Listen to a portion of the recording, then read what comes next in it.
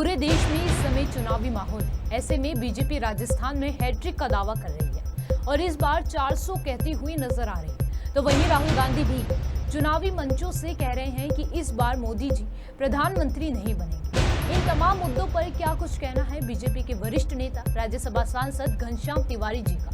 घनश्याम तिवारी जी से खास बातचीत की है हमारे editor in chief Sanjay Verma ji. आइए आपको सुनवाते हैं। राजस्थान में और पूरे देश भर में जिस तरह लोकसभा चुनाव हुए, तमाम मुद्दे इस बार इस लोकसभा चुनाव में आए और इस बार फर्स्ट फेज़ में और सेकंड फेज़ में राजस्थान में भी वोटिंग कम हुई। पूरे देश में वोटिंग का जो हाल था इस बार बहुत कम रहा है 19 और 2014 के मुकाबले।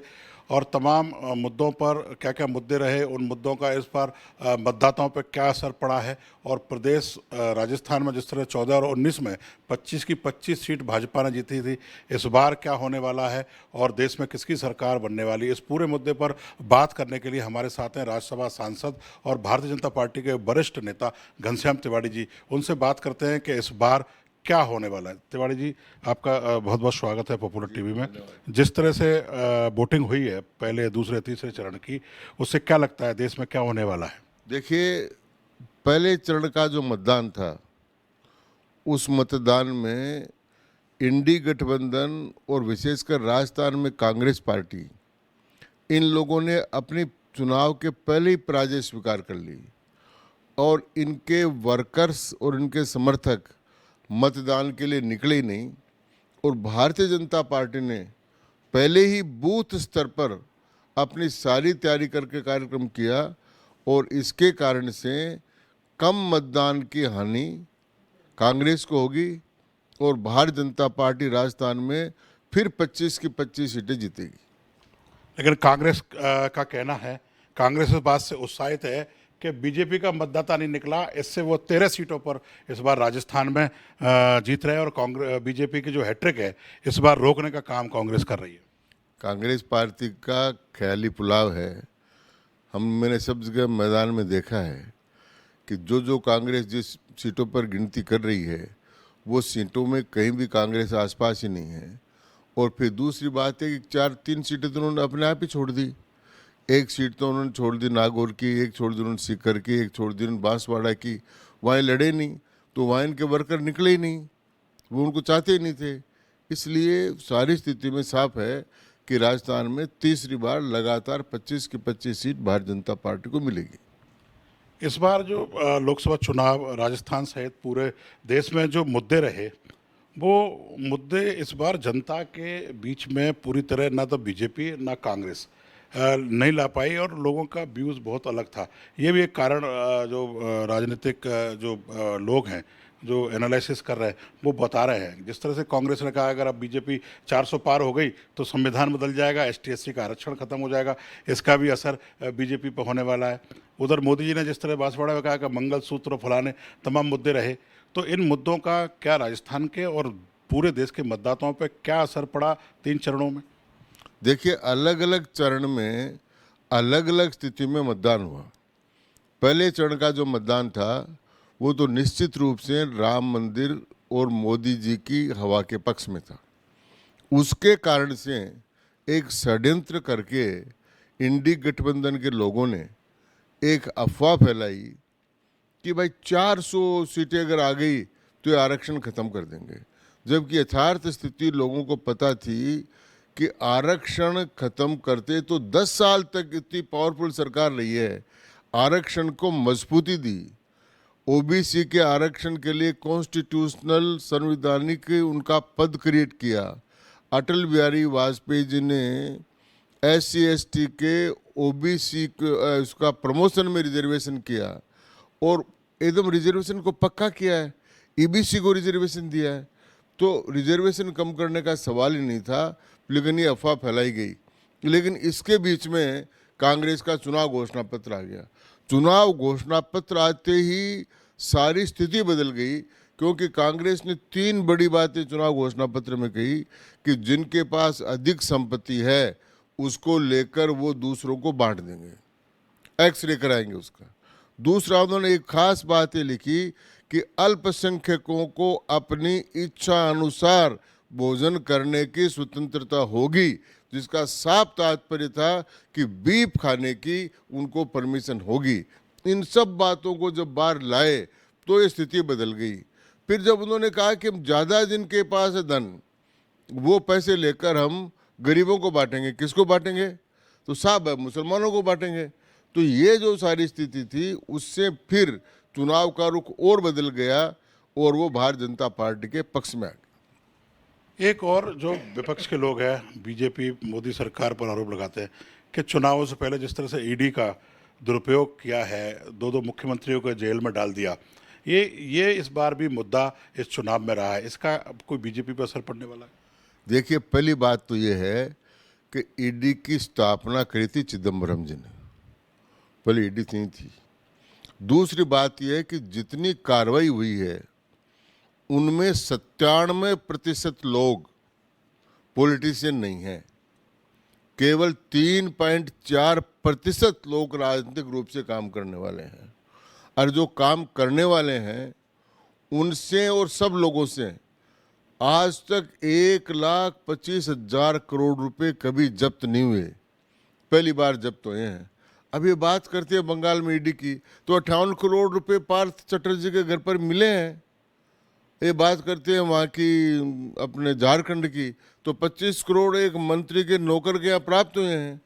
353 करोड़ कांग्रेस के एक एमपी के घर पर मिले हैं। तो जब ये रुपए मिल रहे हैं, जब ये शराब घोटाले की ट्रेन 1100 करोड़ तक चली गई है और जिन्होंने पैसा दिया उन्होंने हाँ भर ली है, अब इसमें कोई पॉलिटिशियन है या कोई अधिकारी है या कोई व्यापारी है, इससे कोई फर्क नहीं पड़ता। इसलिए जनता में इनकी वास्तविकता का पता लग गया है, इसलिए इसका लाभ भारतीय जनता पार्टी को होगा। एक बड़ा महत्वपूर्ण सवाल है जी कि इस बार चुनाव में जिस तरह से वसुंधरा राजे झालावाड़ तक सीमित हो गई, जो पूरे राजस्थान में जाती थी, इससे जाटों की भी नाराजगी बताई जा रही है। गंगानगर से सीकर के जो जाट हैं वो नाराज हैं। उधर राहुल कांसवा को जिस तरह से हराने का बात हुई, तो वहाँ जो चुनाव है चूरू का, राहुल कस्बा वर्सेज राजेंद्र सिंह राठौर माना जा रहा है। झांझड़िया जी कहीं उनका नाम ही नहीं है। ये जो स्थिति, इससे कितना फायदा और नुकसान बीजेपी को राजस्थान में होने वाला है? देखो, पहली बात यह है कि जब राजस्थान में बीजेपी की सरकार थी वसुंधरा जी की, तो हारने का प्रमुख कारण शेखावाटी उधर का इलाका था। तो जाट अगर इतने चाहते थे वसुंधरा जी को, तो उनको सत्ता से क्यों हटाते? इसलिए इसका वसुंधरा जी का या जाटों का इसका कोई लेन देन का मामला नहीं था। अभी भी जाट बेल्ट में भारतीय जनता पार्टी जीत रही है। न तो कोई राहुल का राजेंद्र जी का सवाल है, न और है। मोदी जी के नाम पर वोट पड़ रहे हैं और वो सब जातियों के ऊपर होकर निकल रहे हैं। कल आपने स्वयं पित्रोदा और मणिशंकर अय्यर को लेकर काफ़ी बातें कही हैं। उस तरह से राहुल गांधी भी लगातार प्रधानमंत्री नरेंद्र मोदी पर हमलावर हो रहे हैं। तो जिस तरह से अब पब्लिक के लिए जो बातें हो रही हैं, इससे पब्लिक का कोई फ़ायदा नहीं। लेकिन जिस तरह चुनाव होने चाहिए देश में, जैसे आप तो काफ़ी समय से विधायक भी रहे हैं, मंत्री भी रहे हैं, तो विकास की बात होती थी, रोजगार की बात होती थी, किसान की बात होती थी। इस बार ये सब चीज़ें चुनाव के मंचों से लेकर फील्ड तक सारी चीज़ें गायब हैं। इससे जनता जिस तरह से भाषण हो रहे हैं, जनता से इसको कोई फायदा उन भाषणों का नहीं है। तो ये बातें क्यों गौण हो गई इस बार? देखिए, हमारे चुनाव की प्रक्रिया को समझिए। मैं जब से देखने लगा हूँ, 1972 से मुझे चुनाव ध्यान है। 1972 में बांग्लादेश के ऊपर चुनाव हुए, श्रीमती इंदिरा गांधी जीत गई। स्वतंत्र में चुनाव हुए इमरजेंसी के ऊपर, न तो बेरोजगारी को देखा न अर्थव्यवस्था को देखा, उस पर चुनाव हुए। 80 में जनता पार्टी की टूट पर चुनाव हुए। 85 में फिर चुनाव हुए राम मंदिर पर, इन इश्यू पर लेकर।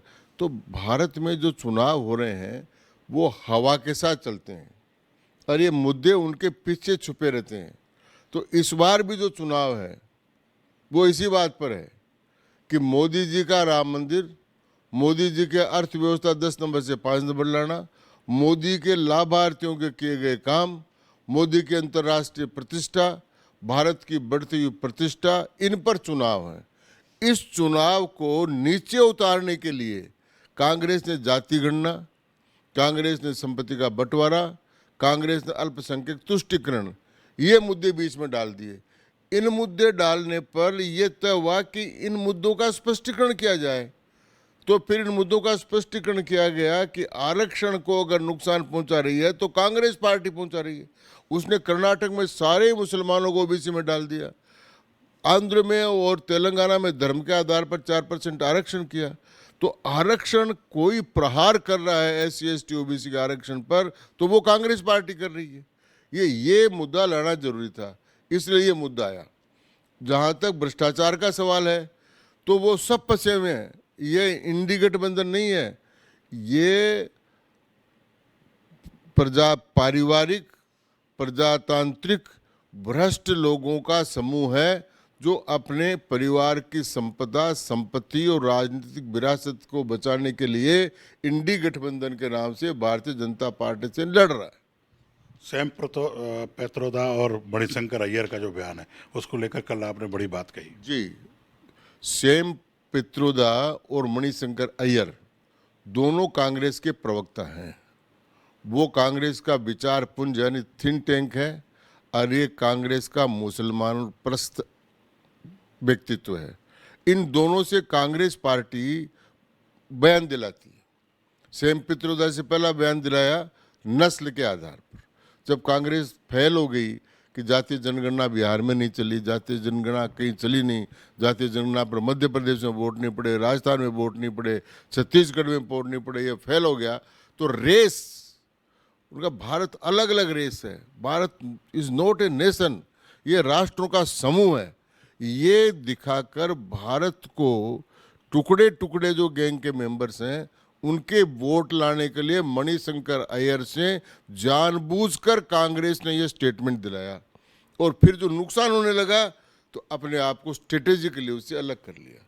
इसी प्रकार से अल्पसंख्यक समुदाय के वोट लेने के लिए पाकिस्तान की बड़ाई कर कर मणिशंकर अय्यर से स्टेटमेंट दिलाया और जब ये बात चली कि ये तो उल्टा पड़ रहा है तो अब उन्होंने इससे अपना किनारा कर लिया। अरे भाई, आपने कई बार मणिशंकर अय्यर से और सैम पैत्रोदा से किनारा किया है, तो अगर आपको इसे इतना ही किनारा, परमानेंट किनारा क्यों नहीं कर लेते?